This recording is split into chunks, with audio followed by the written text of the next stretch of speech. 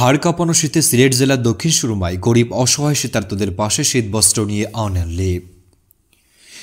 সিলেট জেলার দক্ষিণ সুরমায় খোঁজারখোলায় আউনিয়ন লীগের প্রতিষ্ঠাতা পরিচালক ফরিদা ইয়াসমিন জেসির সার্বিক ব্যবস্থাপনায় বৃহস্পতিবার 16 জানুয়ারি শতাধিক গরিব অসহায় ও প্রতিবন্ধীদের মাঝে কম্বল বিতরণ করা হয়েছে।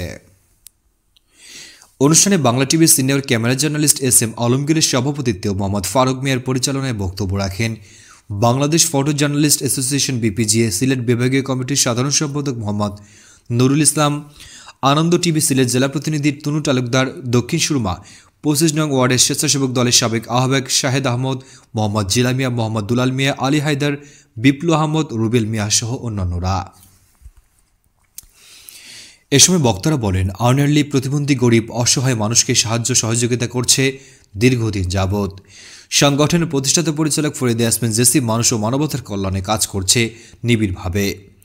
উপস্থিত সকলে ফরিদা ইয়াসমিন জেসিকে মানব সেবায় সমাজের জন্য কাজ করায় আন্তরিক ধন্যবাদ জানান। আউনিয়ন লীগের সদস্যরা বলেন, সারা দেশে কনকনে ঠান্ডায় যখন গরম কাপড়ের অভাবে শীত নিবারণ করতে পারছে না ছিন্নমূল গরিব অসহায় ও খেটে খাওয়া মানুষজন, ঠিক সে সময় সিলেটের এসব মানুষের কথা চিন্তা করে শুধু লন্ডনে বসবাস করা ফরিদা ইয়াসমিন জেসির মন কেঁদে ওঠে তাদের জন্য। তাই তার হাতে গড়া সংগঠন আউনিয়ন লীগের মাধ্যমে শীতার্ত এসব মানুষের শীত নিবারণের জন্য কম্বল বিতরণের উদ্যোগ নেন তিনি। এ লক্ষ্যে আউনিয়ন লীগের উদ্যোগে সিলেট জেলায় দক্ষিণ সুরমায় খোঁজারখোলায় অসহায় শীতার্ত মানুষের মধ্যে শীতবস্ত্র বিতরণ করা হয়। দেশের অবহেলিত সকল জেলা উপজেলায় ও মাদ্রাসাগুলোতে কম্বল বিতরণ অব্যাহত থাকবে।